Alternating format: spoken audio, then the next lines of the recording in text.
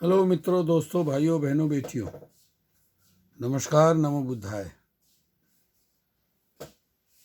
तथागत बुद्ध ने कहा, अत्दीप भव, अपना दीप स्वयं बनो। प्रिय से वियोग भी दुखी है। जब कोई हमारा प्रिय साथी मित्र पिछड़ता है तो हम दुखी होते हैं। तो एक समय तथागत श्रावस्ती में अनाथ पिंडक के जेतवन आराम में विहार करते थे। उस समय आयुष्मान सारीपुत्र मगध के नालक ग्राम में बीमार पड़े थे। श्रामनेर चुंद आयुष्मान सारीपुत्र के उपस्थाक थे। उसी बीमारी से आयुष्मान सारीपुत्र परिनिर्वाण को प्राप्त हो गए। श्रामनेर चुंद ने आयुष्मान आनंद को स्थिर सारीपुत्र के परिनिर्वाण का समाचार बताया तथा उनके पात्र चीवर को भी साथ ले आया। श्रामनेर के साथ लेकर आयुष्मान आनंद तथागत के पास आए। उनका अभिवादन करके एक ओर बैठ गए। एक ओर बैठे आयुष्मान आनंद तथागत से बोले, भंते, श्रामनेर चुंद कहता है कि आयुष्मान सारीपुत्र परिनिर्वाण प्राप्त हो गए। यह उनका पात्र चीवर भी है। पात्र जिसमें वो भिक्षाटन करते थे, चीवर जो कपड़े पहनते थे वो। बनते, इस समाचार को सुनकर मैं बहुत ही व्याकुल और बेचैन हो रहा हूँ।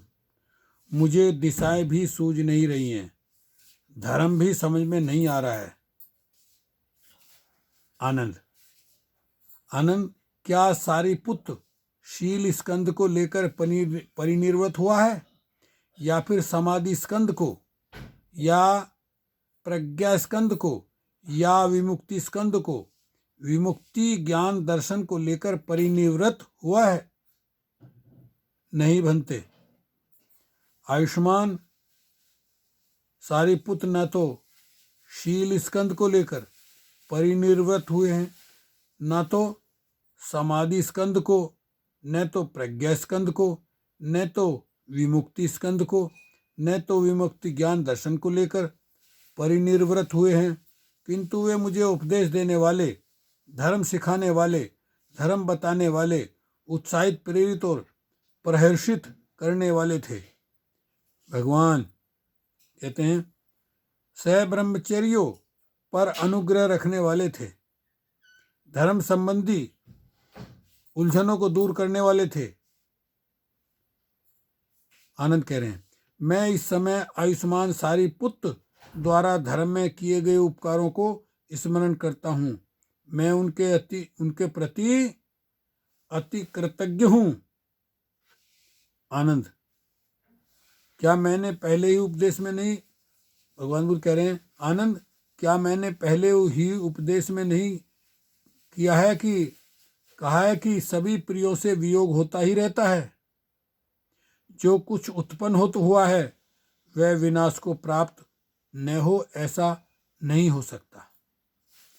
आनंद, जैसे किसी सारयुक्त बड़े वृक्ष की सबसे बड़ी डाल हो और वह गिर जाए, वैसे ही इस महान भिक्षु संघ के रहते हुए भी सबसे बड़े सारयुक्त भिक्षु सारीपुत्र का परिनिर्वाण हो गया।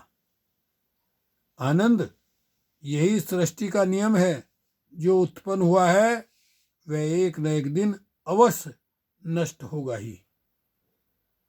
अतः अपने आप को अपना द्वीप बनाओ, आत्मनिर्भर हो, किसी दूसरे के भरोसे मत रहो। धर्म को अपना दीप बनाओ और धर्म की शरण ग्रहण करो, किसी अन्य की नहीं। इसलिए तो कहा गया, धम्मं शरणं गच्छामि।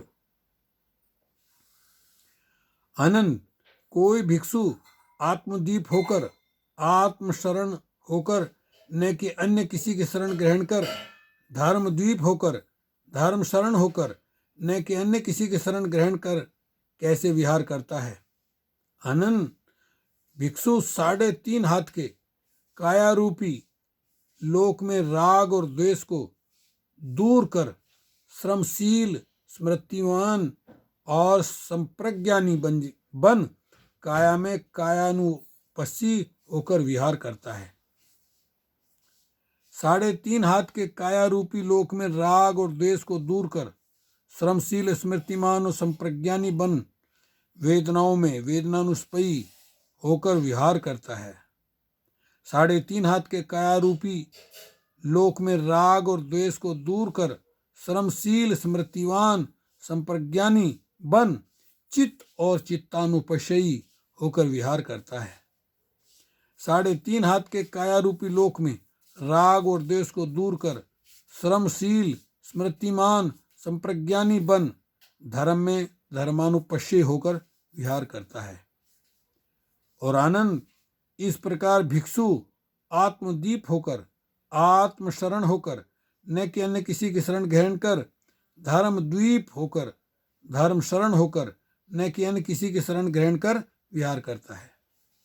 आनंद, जो कोई भी इस तरह साधना करते हुए आत्मदीप होकर आत्मशरण होकर न कि किसी अन्य की शरण ग्रहण कर धर्म द्वीप होकर धर्म शरण होकर न कि किसी अन्य की शरण ग्रहण कर विहार करेंगे, वे ही शिक्षा कामी भिक्षु मेरे द्वारा उपदिष्ट धर्म में अग्र श्रेष्ठ होंगे। संयुक्त निकाय पेज नंबर 35379 चुंद सुक्त पुस्तक तथागत बुद्ध के उपस्ताक आनंद विपश्यना विशोधन विन्यास, उसमें आया है ये जिक्र। तो अत दीप भव, अपना दीपक आप बनो। ओके, शुक्रिया, धन्यवाद।